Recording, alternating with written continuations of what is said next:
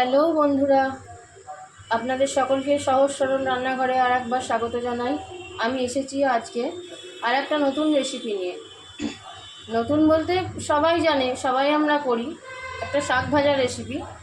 সেটা হলো মূলোর শাক ভাজা। এবার এখানে মূলোর শাক ভাজাটা একটু অন্য রকমভাবে আমি করব, সেটাই আপনাদের দেখাবো। একঘেয়ে আমাদের একই রকম শাক খেতে তো ভালো লাগে না, সেই জন্যে এই রেসিপিটা করলে একটু গরম ভাতে প্রথমে এই শাক ভাজা দিয়ে ভাতটা খেতে অনেকই ভালো লাগে।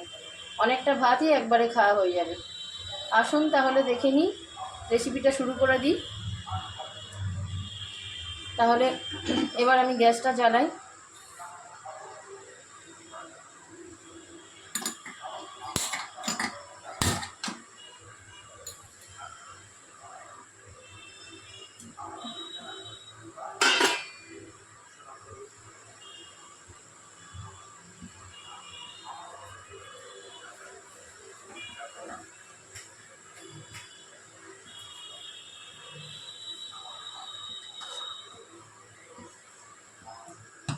কড়াতে খানিকটা তেল দিয়ে দিলাম।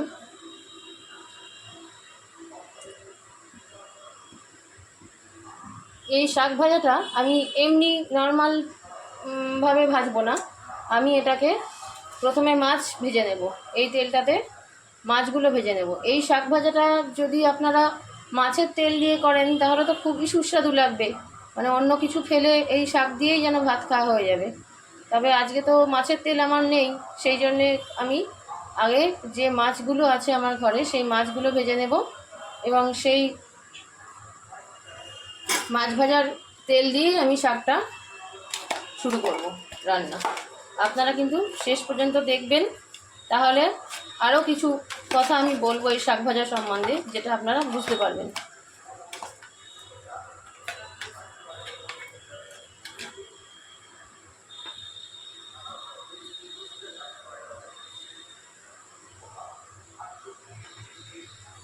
তেলটা ভালো করে গরম না হলে তো মাছটা ছাড়া যাবে না, তাহলে কড়ার গায়ে লেগে আটকে যাবে। তেলটা ভালো মতো গরম হয়ে গেলে এবার আমি মাছটা ছাড়ব।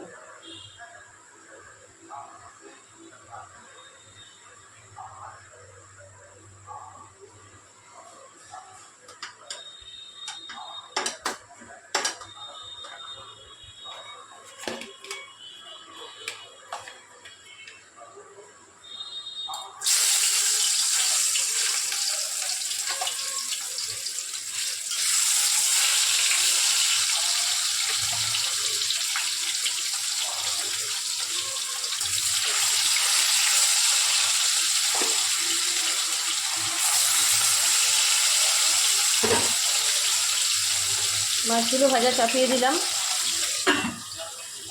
মাছটা খানিকক্ষণ ভাজা হোক, ভাজা হলে ফিরে আসছি আবার আপনাদের কাছে। ফিরে এলাম বন্ধুরা মাছ ভাজার পরে। আমি যে মূলোর শাক রান্নাটা করব, কি কি উপকরণ দিতে হবে সেটাই আপনাদের বলতে ভুলে গেছিলাম। এই যে উপকরণগুলো আমি দেখিয়ে নিচ্ছি।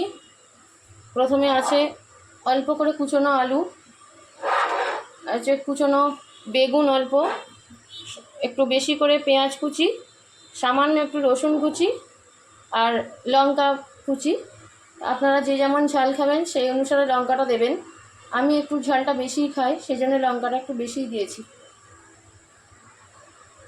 আর এবার নিয়েছি যে মূলোর শাক, আর তার সঙ্গে একটু সজনের শাক মিশিয়ে আমি শাকটা একটু সেদ্ধ করে নিয়েছি। নাহলে মূলোর শাক বা সজনের শাক তো একটু শক্ত শক্ত থাকে, এমনি করলে অতটা নুয়ে যায় না, মানে মিশিয়ে যায় না, সবজিগুলোর সঙ্গে মিশবে না। সেই জন্য আমি এটাকে একটু সেদ্ধ করে নিয়েছি লবণ দিয়ে, অল্প লবণ দিয়ে। তাহলে আসুন এবার রান্নাটা শুরু করে দিই।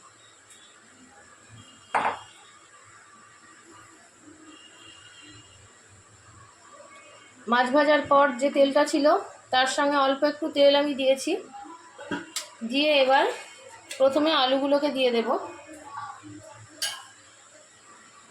আলুগুলোকে আগে তেলে ভালো করে ভেজে নেব।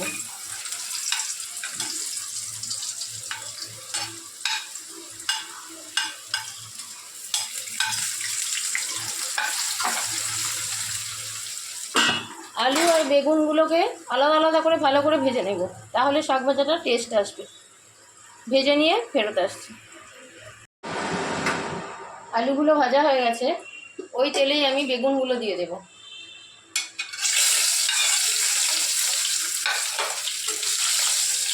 আর বেগুনগুলো হালকা ভেজে নেব।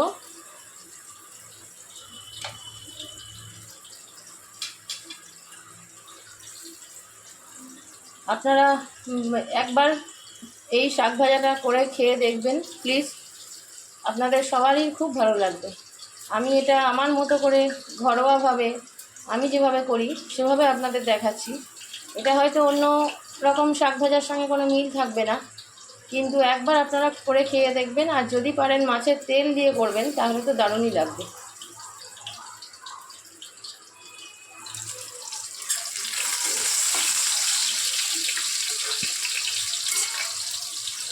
বেগুনগুলো ভাজা হয়ে এসছে প্রায়, আর একটু ভাজা হলেই তুলে নেব।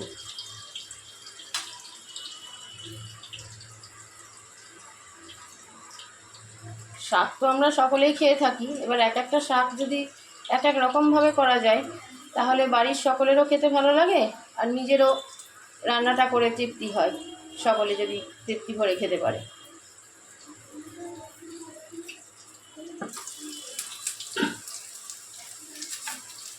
বেগুনটা ভাজা হয়ে গেছে, বেগুনটা তুলে নিলাম।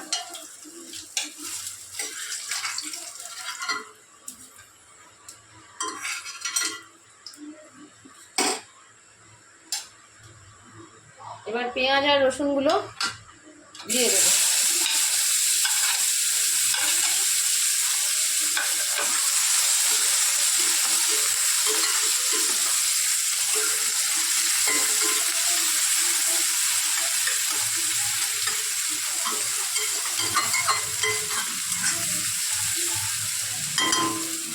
পেঁয়াজ আর রসুনগুলো ভালো করে ভাজা ভাজা করে নেব।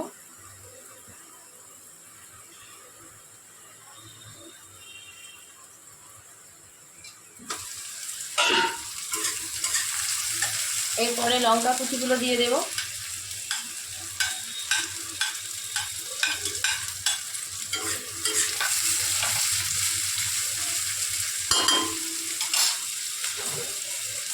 তারপরে দেব একটু হলুদ।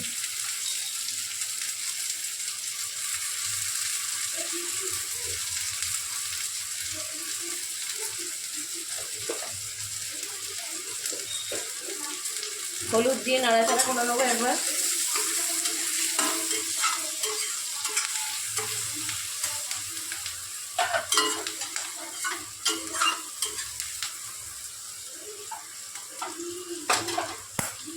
এবার যে ভেজে রাখা সেদ্ধ শাকটা এটা দিয়ে দিলাম।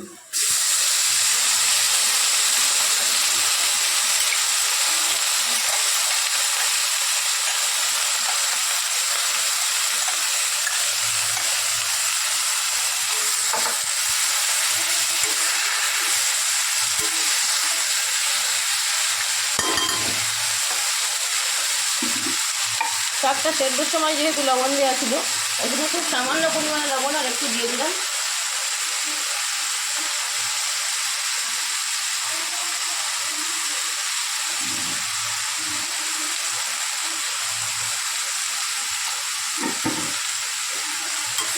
ভালো করে নেড়ে চেড়ে নিয়ে এটাকে ঢেকে দেবো।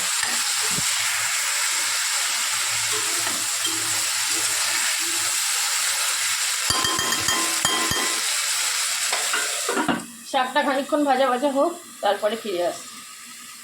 এই দেখুন বন্ধুরা, শাকটা অনেকটা হয়ে এসছে।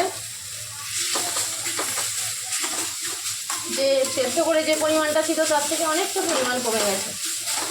এই পর্যায়ে এসে গ্যাসের আঁচটা কমিয়ে দিতে হবে। প্রথমে কিন্তু শাকটা ফুল দমে দিয়ে, ফুল আঁচে দিয়ে ভালো করে ভাজা ভাজা করে নিতে হবে। যখন একটু মোলায়েম হয়ে যাবে বা পরিমাণটা অনেকটা কমে আসবে, ভাজা ভাজা মতো হয়ে আসবে, সেই পর্যায়ে এসে ওই আলু ভাজা আর বেগুন ভাজাটা দিয়ে দিতে হবে।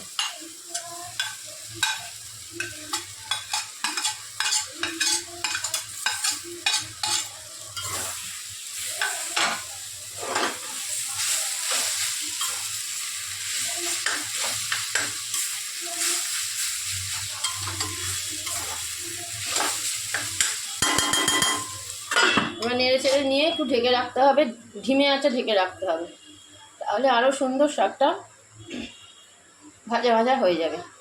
আমি এখানে মূলোর শাকের সাথে সজনের শাক মিশিয়েছি, কারণ এর দুটো কারণ। একটা হচ্ছে শুধু একরকম শাক খেতে ভালো লাগে না, দেখবেন যখন কালী পুজোর সময় অনেক রকম শাক বাজারে বিক্রি হয়, সেই শাকের টেস্ট অনেক বেশি ভালো লাগে শুধু একরকম শাক রান্না করে খাওয়ার থেকে। সেই জন্যেই আমি একটু চেষ্টা করি শাক করলেই কোনো শাকের সাথে মিশিয়ে যেন ভাজা করা হয়। আর আপনারা এখানে মূলোর শাকের সাথে অন্য কোনো শাকও অল্প করে মিশিয়ে নিতে পারেন, তবে আমি এখানে সজনের শাক বেছে নিয়েছি, কারণ সজনের শাকটা ভীষণ উপকারী, বিশেষ করে যারা হাই প্রেশার আছে তাদের পক্ষে খুবই ভালো। এবার শুধু সজনের শাক দিলে, রান্না করে দিলে তাদের ভালো লাগে না, কারণ সজনের শাকটা তো একটু শক্ত শক্ত থাকে। সেই জন্য আমি এর সাথে মূলোর শাকের সাথে এটাকে দিয়ে নিয়েছি। তবে অবশ্যই মূলোর শাক, যেটা বলছিলাম, মূলোর শাকের সঙ্গে অন্য যে কোনো শাক আপনারা মেশাতে পারেন, তবে অন্য শাকের পরিমাণটা কিন্তু অল্প হবে আর মূলোর শাকের পরিমাণটাই বেশি হবে। এবার দেখা যাক আমাদের ভাজাটা কতদিন হলো।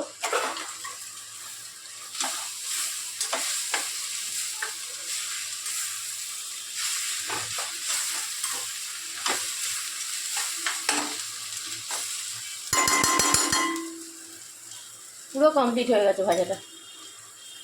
এবার তুলে নিই একটা পাত্রে।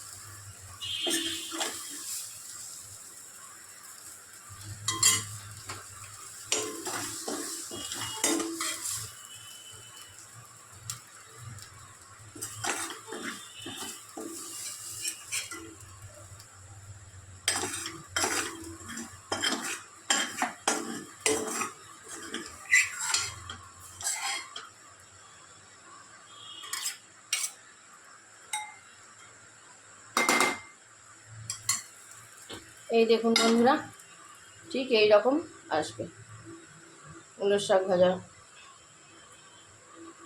ঠিক এই রকম আসবে।